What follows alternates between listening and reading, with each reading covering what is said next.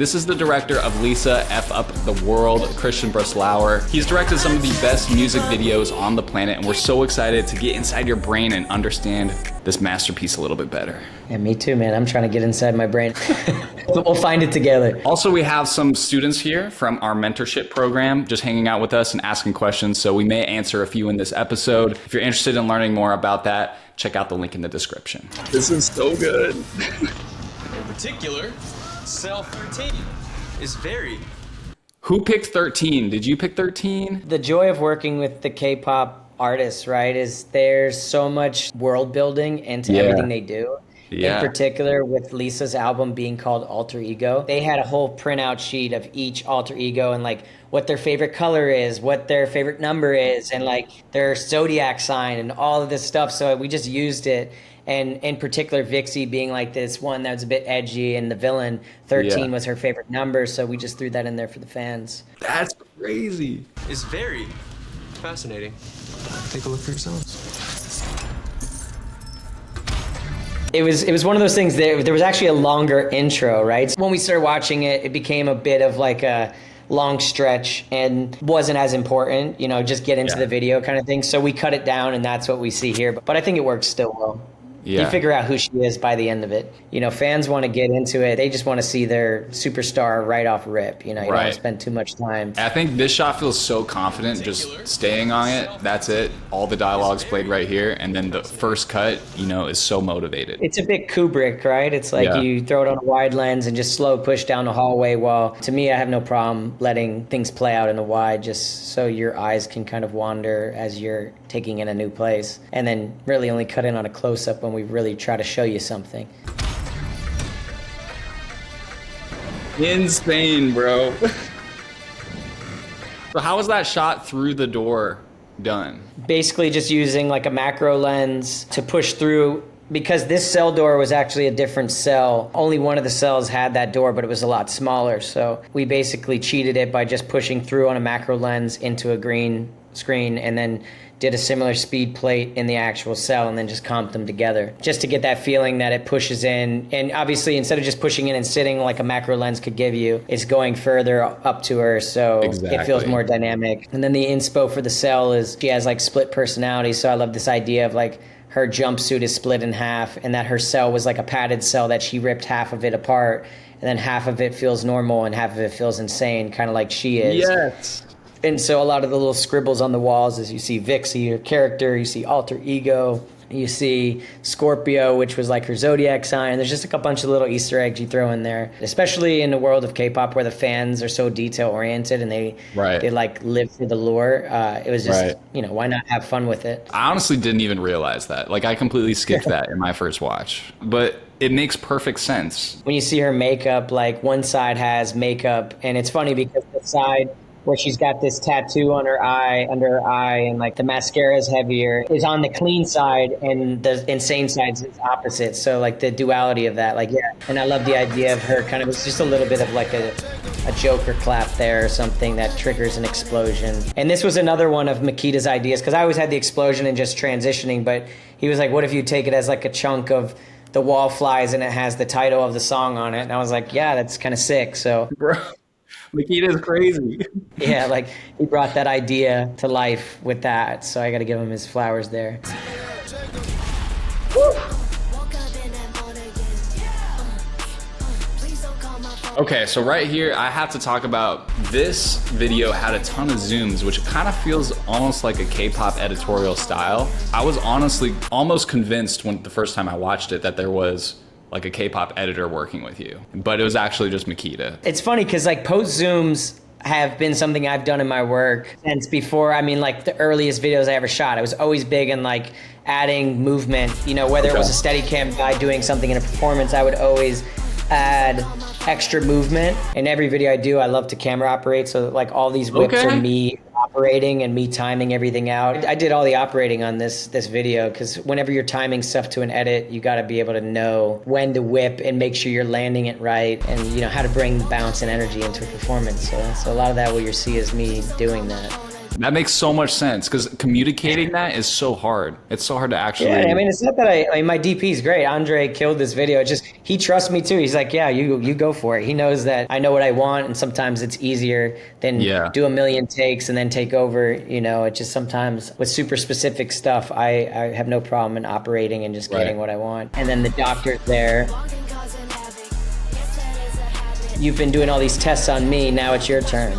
Now it's your turn. Oh boy. And this transition was always planned where it was like a whip pan. In the cut, she wanted to see that ending landing on the performance. Instead of I had it where we see the doctor and the hands grab him and I whip panned out of that. So it was like more of a match cut where she really wanted to see the ending landing of the choreo. And so that's why it feels like there's just a random whip from there, but it still works. It was more seamless before, but we ended up changing it. Having the explosion just distract our eye really quick in order to cut into that whip hand is such a great solve, you know, because you got that transition ruined essentially from that note, but now you get the best of both worlds with that. I mean, that was a practical explosion we had. Oh, that's practical. My bad. Okay. Part of it is. It's not all. So practical is like, if you rewind, it came in a little early. So right there, the initial blast is real, and then they added to it.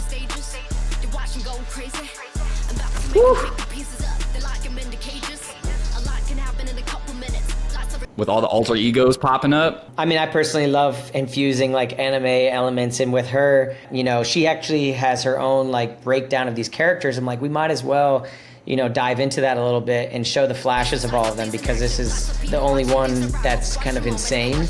So it feels like we can have a piece of all of them in her. Yeah. With her blowing this gas in his face, it's like she's already the crazy one. She's now blowing it in his face and causing him to, you know, almost like Scarecrow, Batman Begins vibes. Yeah, okay. Instantly, we see this hand come out of his chest and he's tripping balls. We added this like aberration effect to everything where you feel almost like it's like the kill cam in Call of Duty where you're getting hit. Yeah. And it's just feeling like, rather than make this feel like a typical music video, I was like, I'd love this to not be cutty, but feel chaotic. Like we whip into this shot, we go down, we see this thing come out of his chest, we whip up, she's flashing between animes. Insanity, bro. Even like the background here, like you have this spiral pattern on the wall. Yeah, so that was VFX added that in. Jaime Restrepo did all the animation, and he's a huge anime fan, so he brought a lot of this like classical kind of feel to it. And they smack it, and then she comes from behind. She opens his mouth. Hold back in his mouth, you know. Insanity, bro. That's ridiculous. Those hand-drawn animations too, give it such that comic book villain feel. I love that. I had that in the treatment. I was like, oh, I want to kind of like mix in some cool hand-drawn scribbles and bring some of that in there. I saw somebody mention something about like Jinx from League of Legends. I've worked a lot with League of Legends, and obviously I did a lot of stuff with knowing the Jinx character, and there's obviously a component that, you know, you want to feel some of this sketchiness. And then you look at like the David Ayer, you know, Joker with the ha-ha-has. There's always an element of crazy with scribbles, so it felt right to execute it in here. Ooh. I wrote this whole treatment around a different location that had pre-existing sets, like at Sane Asylum, they had sewers. This rooftop was never supposed to be the chemical rooftop. It was just more so her walking on a city rooftop and jump down. Sometimes you got to just play the cards you're dealt and don't get discouraged and find creative solutions that work. It's a cool transition. She jumps in one frame. You know, I filmed her feet landing, added some glass, like maybe she came through the ceiling of it since she's in the same outfit, and make it work.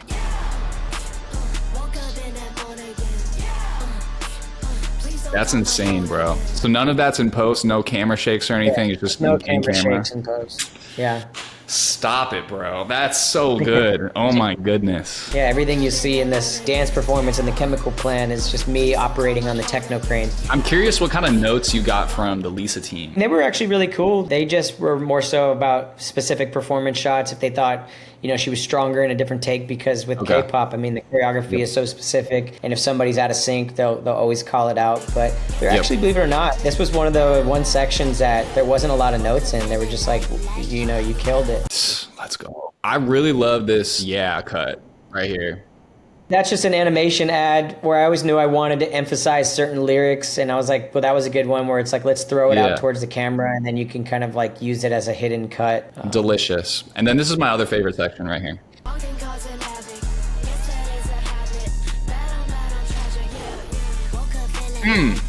That section right there where she kind of looks to the left and then That's all Makita. I mean, he's using my operating of like shaking, but he's adding that little zoom cut out. You know, there's a hidden cut right there, Yeah. which is great. I mean, that's fire. just good editing.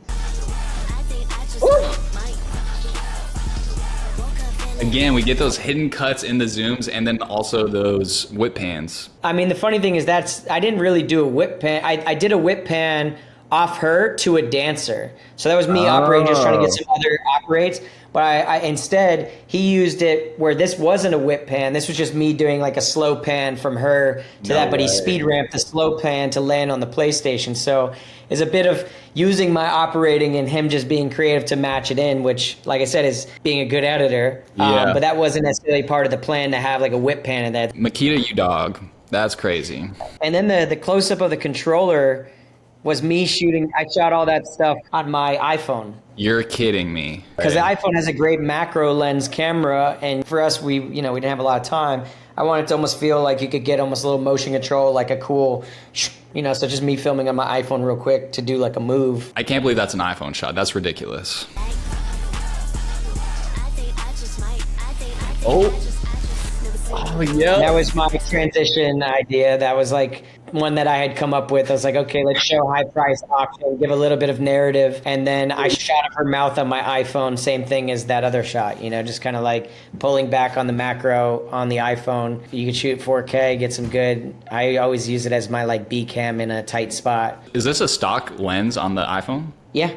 That's insane. I don't use iPhone for a lot of things, but Yeah. I will say the macro camera on the iPhone is so good. And I have to give credit. Like, I learned about it. I was doing a job with legendary DP Jeff Cronenweth, who shot like Fight Club and all David Fincher stuff. Like, we got an insert on an iPhone thing, and he had showed me. And then ever since then, I was like, I'm going to start using this iPhone to get me like interesting perspectives. Because you can fit it in tiny spots too. Exactly. I also do want to ask about sound too, because you have sound through a lot of your music videos, and sometimes artists like that, sometimes they don't. What does that choice mean to you? I think maybe the good thing of the style of video I've always managed to build, artists like expect it from my videos now. Yeah. Even when I've done stuff that I haven't done sound, I would get the notes from the artists of being like, can we add sound to make it feel more like dynamic and filmic or something? Oh, okay. I always tell every sound designer that messes with my stuff, I say, lay it on as thick as possible, go crazy, like put a sound effect for everything, and then let me just pick and choose of what to delete, what's overdoing it, and you kind of pull away, less is more type of idea. That's the thing that I noticed, especially right here, with a little just whoosh, right when she turns her head. That's the kind of sound that you would never see in a music video normally. Adding that, I feel like, makes it so much more of a cinematic experience.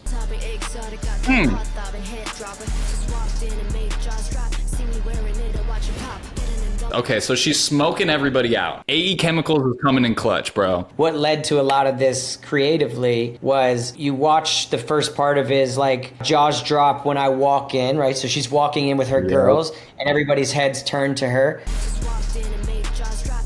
Yup. Watch it See me pop. wearing it, watch it pop. Even though she's saying see me wearing it, watch it pop, meaning like if she's wearing it, everybody's gonna start wearing it. But for me, using pop to pop the explosion. Yeah, that's perfect. To me, the way she was performing in the exchange felt very much, oh, you can make this like a back and forth swing of like an auction. And like, because she's crazy, she could be doing the auction, she could be sitting in the auction. Because we've seen what it did to the doctor and the thing, everybody's in a different state of mind in this point.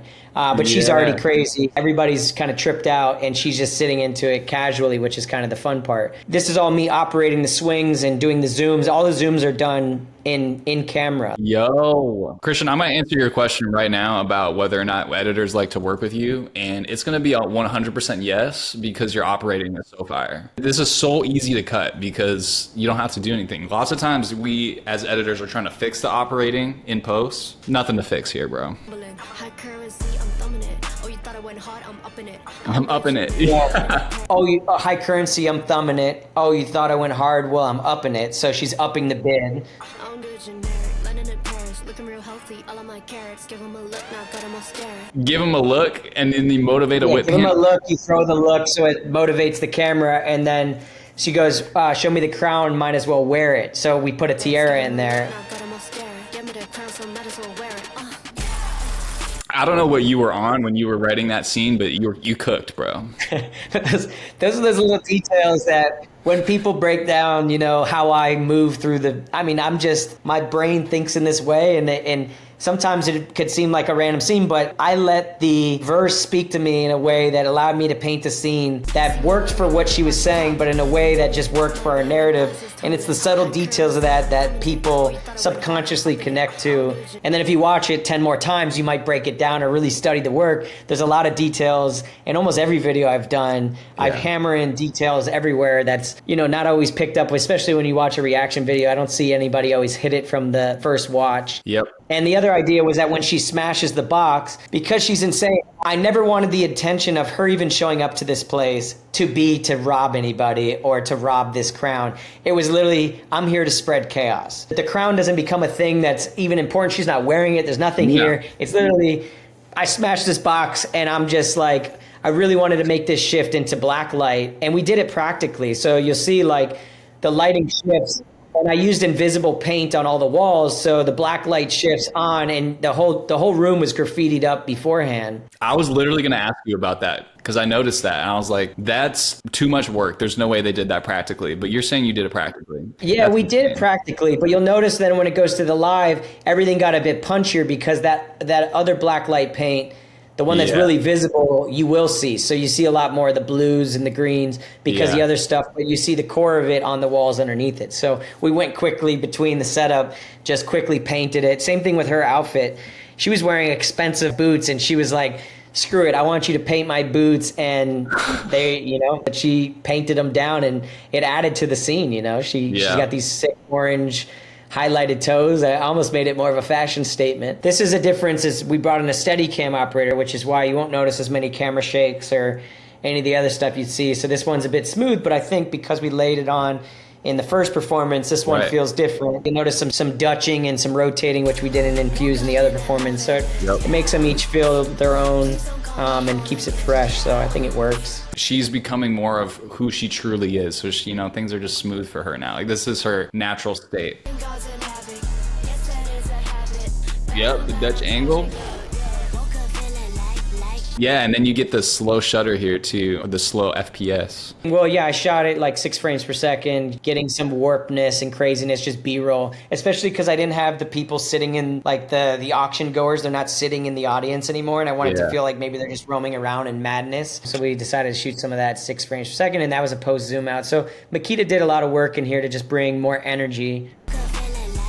Yeah, the sound too, the whooshes helps a lot. And that's the transition, bro. Yeah, that's the one. So I obviously planned on her painting the glass. We had that practically. And then it was just going to be more of like kind of like a helicopter flying through the city, not like a dive bomb. I love that FPV choice. Shout out to Makita for that. Like this is all CG. And then the real shot takes over there. Wow. That's crazy. Okay. And I really filmed her in front of a LED wall, which is why the footage behind her, you get screen LED feel and like the duplication of size of her. It's because there's actually a screen behind her. And then I had 2 cameras. So I had this hero camera that's doing our techno crane move. And then I had a B camera, which was filming all the content, which was basically being projected behind her. So because it matches perfectly. It actually does. Like, it's not VFX. Like, that looks practical. And to me, I'm a big fan. If you watch a lot of my works, I don't like to be overly cutty with stuff. I like to let shots live. So this was a way to kind of take the whole bridge of the song where she slows everything down and just like make it a one shot. And then I always had the plan of doing like a tilt down transition where I land it in the car. Okay. And that was kind of me on the day. I came up with this idea of her breaking the window. And I was Okay. like, oh, if I land it and I just tell her when she does it to like throw her fist at it, we could put an imaginary window that she's like breaks and it just seems like bad way to get into it, you know? And then the next time you see her, she's hanging out the window. It felt like, yeah, you're getting that Joker shot, but you're Yes. also bringing way more like punk rock into it. Yes. Woke up feeling like. I think I just might. The orange gas in the back, crazy. And the other thing you'll notice is I don't have any animation present in any scenes where the chemicals are present. So we introduced the animation for the first time here. Ah, okay, that makes And sense. because she's walking on the rooftop with them and in the chemical plant, I figured there's chemicals present and therefore the animation could take place. And you don't see it in any other sequences where there's no chemicals in the same shot. Were there any like mistakes that you can still not like mistakes or just things that happened on the day where it's like, oh, I wish this happened or I wish we got this? Not really, because I'm so OCD, I will get everything. With some people, you know, with DPs and stuff, I keep the ball rolling because I know sometimes they want to make everything perfect. Yeah. You know, a lot of people, if you're unexperienced as a director, you can get influenced to just spend too much time on a shot. Me, I know, oh, that thing you're worried about is going to live on frame for 3 seconds. And if they're calling that out, then we've already failed. That's one of my favorite things you hear me say. I'm like, if they notice that, then we've all failed because that's the thing that should least grab people's attention. Yeah. I would rather take all the shots to look 50% as good as they could be and get my whole story than half the shots look amazing and my story sucks, you know? And if something's meant to go wrong, it's God's way of telling me that maybe that idea wasn't that great, or He's just trying to challenge me to see, can I make a better one, you know? If you let everything sink your boat off the rip, you're not going to make it very far in this industry. You got to be thick-skinned and be able to, you know, think on your toes. I love how that thing that nobody's gonna see, it doesn't matter. So let's just forget about it. Well, think about the macro shot of the teeth, right? If a real DP is like, oh no, I can't shoot it on iPhone. It has to be on the Alexa because it's me knowing it's a 3-second transition. It's something that's nobody's gonna notice, but it just helps the edit. Rather than killing 20 minutes setting it up and shooting it and doing all that stuff, I shot it in less than a minute. And because I'm assertive and people know I've done it successfully a long time, nobody questions it, right? If you're a new director and you're working with people who are more experienced with you, they might influence you to go the other way. Even all the young directors I mentor, you know, I try to help them avoid a lot of the problems I had early in my career, but still sometimes the best teacher is mistake and failure. Don't be afraid to fail. I always tell people it's okay, you know, especially as a young creative. A lot of times you're going to make mistakes, and those early videos you're doing aren't the ones that are going to define your career. So just take that on as your licks, and then it's all attitude in my eyes. It's all attitude, baby.